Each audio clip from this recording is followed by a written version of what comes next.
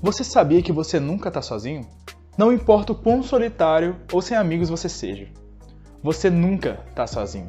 Sabe por quê? Porque nós não somos um ser vivo único. Em várias superfícies do nosso corpo, nós servimos de abrigo para bilhões e bilhões de seres vivos, principalmente bactérias.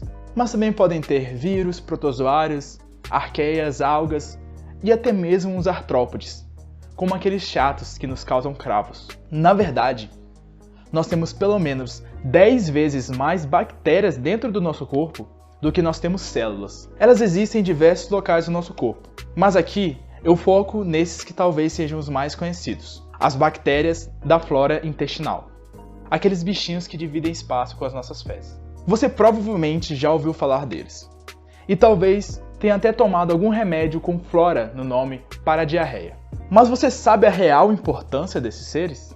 Por muito tempo, se achou que eles tivessem um papel mínimo, singelo, como digerir uma coisinha aqui e impedir que bactérias causadoras de doenças invadissem o nosso intestino. E é por isso que às vezes nós temos problemas de barriga depois de tomar antibióticos. As bactérias da flora morrem e aí entram outras que nos fazem mal. Mas, com o passar do tempo, nós começamos a entender papéis muito mais complexos da chamada microbiota intestinal. Ela age como um importante órgão endócrino, liberando substâncias na nossa corrente sanguínea que funcionam como hormônios, influenciando e regulando diversas áreas do nosso organismo. Alguns até chamam a microbiota de o órgão endócrino negligenciado. O trabalho de regulação dela vai muito além do nosso intestino.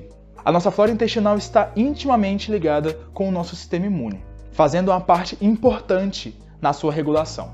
Por exemplo, uma microbiota pobre está associada a uma maior incidência de doenças autoimunes e alergias. Importante ressaltar que a microbiota diversa não melhora o nosso sistema imune. Não adianta comprar pré-bióticos por aí achando que vai resolver alguma coisa. Dito isso, eu vou deixar aqui só esse aviso bem rapidinho. Tudo o que se vende como algo que melhora o nosso sistema imune é mentira, é balela, é vigarismo. Ou o nosso sistema imune está normal ou ele está deficiente. Se ele estiver com alguma deficiência, você vai perceber e seu médico também vai perceber. A microbiota também age no nosso metabolismo, tendo influência forte com ganho de peso, obesidade e até mesmo diabetes. E até mesmo questões do nosso sistema nervoso podem estar relacionadas, em questões como ansiedade, depressão e até autismo. Mas é claro que de forma mais branda do que esses outros exemplos que eu falei. Há inclusive hipóteses de que ela influencia no nosso comportamento, sendo uma possível responsável por aqueles desejos de comida que nós temos. A microbiota consegue fazer tudo isso por meio dessas substâncias que essas bactérias produzem dentro do nosso intestino. Mas elas não são um bolo único. Elas são centenas e centenas de espécies de bactérias diferentes, produzindo substâncias diferentes em locais distintos. Até mesmo a proporção de espécies tem influência. Por isso, não adianta apenas tomar um lactobacilo vivo esperando melhores nessas questões. Esse órgão, a microbiota, é muito complexo, porque ele se trata de organismos vivos, que são susceptíveis a diversos fatores. Fatores como dieta, o ambiente que vivemos, uso de antibiótico, condições de saúde, genética e até mesmo se nascemos de parto normal ou se fomos amamentados com leite materno, influenciam na composição e manutenção da microbiota intestinal. Agora que sabemos da sua influência, podemos questionar: há realmente uma relação de causa e efeito? A mudança da microbiota gera o efeito ou é o efeito que gera a mudança da microbiota? Se manipularmos as bactérias certas, da forma correta, nós teremos os efeitos que desejamos? É realmente possível manipularmos com o nível de precisão que queremos para poder ter os efeitos que desejamos? Ainda não existem respostas definitivas para essas questões, mas, por meio de estudos e pelo método científico, as suposições estão surgindo. Mas antes, vamos falar sobre como conseguimos manipular a nossa microbiota. Bem, existem algumas formas. Uma delas é ingerindo substâncias que propiciam o crescimento de certas bactérias, os pré-bióticos. Outra é pela ingestão ou inserção de bactérias vivas no nosso organismo, os probióticos. Até mesmo a utilização de antibióticos para a redução de uma população indesejada. Agora, a última, e a que eu acho a mais divertida, interessante e o motivo do título desse vídeo, é o transplante de massa fecal. Isso mesmo, transplante de cocô, literalmente. Por incrível que pareça, restos de alimentos compõem a menor parte da massa das nossas fezes. Se retirarmos a água, 60% das nossas fezes são compostas de bactérias. Mas, piadinhas à parte, esse procedimento é algo sério e seguro. As fezes são preparadas e tratadas de forma adequada, elas são diluídas e colocadas por meio de um enema. Esse tratamento nasceu nos anos 50, como uma forma de tratar um tipo muito agressivo de diarreia. Até pouco tempo atrás, ele era apenas um último recurso, um tratamento para usar quando nada mais deu certo. Com os avanços sobre a microbiota, este transplante vem ganhando atenção, com diversos estudos em modelos animais mostrando resultados consistentes e estudos em humanos mostrando resultados menos consistentes, em parte pela falta de um ambiente controlado que temos em ratos e não podemos ter em seres humanos, mas ainda assim são resultados muito promissores. E é aqui que eu entro no porquê eu pessoalmente acredito que essa vai ser a próxima revolução da medicina moderna. A ação da microbiota nas doenças do mundo industrializado. Muitos de nós já estamos familiarizados com este conceito. Doenças que começaram a atingir a humanidade em peso após as revoluções industriais e as grandes guerras. Dentre eles temos obesidade, diabetes, asma, alergias, doenças inflamatórias intestinais, autismo, depressão, ansiedade e muitas outras. Normalmente, nós culpamos o sedentarismo, a má alimentação, jornadas de trabalho excessivas e etc. Pois bem, talvez exista mais uma questão aí, a nossa microbiota. Essas questões que eu falei, além do uso às vezes desnecessário de antibióticos nas últimas décadas, podem ter causado uma mudança no padrão de bactérias que habitam o nosso intestino. E talvez, pode ser, que elas sejam esse intermediário.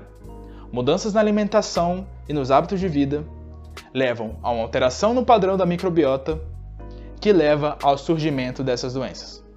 É certo que a microbiota não será a solução de todos esses problemas, mas ela vai ser um importante aliado nisso. Aqui, vou focar em duas dessas doenças: obesidade e diabetes do tipo 2. O conceito de obesidade que eu vou utilizar aqui é o acúmulo de tecido adiposo, ou seja, gordura, de forma que está causando prejuízos claros à saúde da pessoa.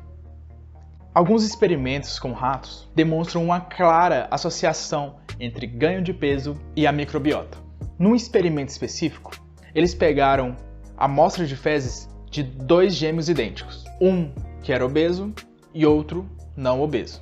Os ratinhos que receberam a amostra do gêmeo obeso ganharam muito mais peso do que os que receberam a amostra do gêmeo não obeso, mesmo sendo alimentadas com exatamente a mesma dieta. Esses mesmos roedores que engordaram perderam peso quando entraram em contato com as bactérias intestinais dos ratinhos mais magros. E na diabetes, existem estudos que mostram uma melhora no quadro das pessoas diabéticas, ou seja, maior sensibilidade à insulina, após o transplante de fezes de doadores saudáveis sem a doença. Existe um enorme potencial para tratamento e prevenção dessas doenças que são graves problemas de saúde pública. E eu acho ela bem interessante, principalmente porque ela não é algo que precise substituir os tratamentos convencionais, mas ela pode sim auxiliar elas de uma forma muito boa, pois ela age em um local totalmente diferente das outras. Ela age na microbiota. Os desafios ainda são enormes. Precisamos descobrir quais bactérias são responsáveis por quais efeitos, como fazer com que essa bactéria nova se instale de forma efetiva e dure por muito tempo no intestino do hospedeiro, e ainda quais são as possíveis complicações ao longo prazo de manipular a microbiota dessa forma. Mas precisamos ter calma. Na escala de tempo dos avanços da medicina, esse assunto começou ontem. Nós temos um longo caminho pela frente. Então nós temos esse quadro: Doenças hoje comuns que antigamente eram raras, e um dos prováveis motivos é a nossa microbiota intestinal, que era diferente na época. E, infelizmente, nós não temos nenhum registro de como era este padrão. Nós precisamos descobrir como era.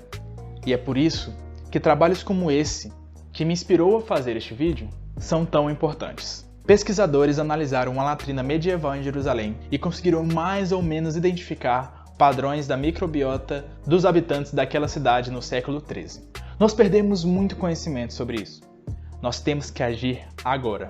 E se essas pesquisas forem feitas apenas nos Estados Unidos e na Europa, é provável que nós aqui não nos beneficiaremos muito com elas. Nós precisamos de estudos assim na população brasileira, adequados à nossa realidade, principalmente nas populações indígenas, especialmente aquelas que tiveram pouco contato com o mundo industrializado. Existem alguns projetos internacionais de um banco genômico para padrões e espécies da microbiota intestinal, que planeja reunir amostras de várias culturas e regiões do mundo para analisar, guardar e poder utilizar na promoção de saúde e no tratamento de diversas condições. Não vai ser milagroso, não vai ser a solução de todos os problemas, mas de um passo de cada vez nós avançamos.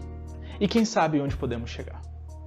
O meu muito obrigado para quem assistiu até aqui. Meu nome é Luiz Henrique de Albuquerque Martins.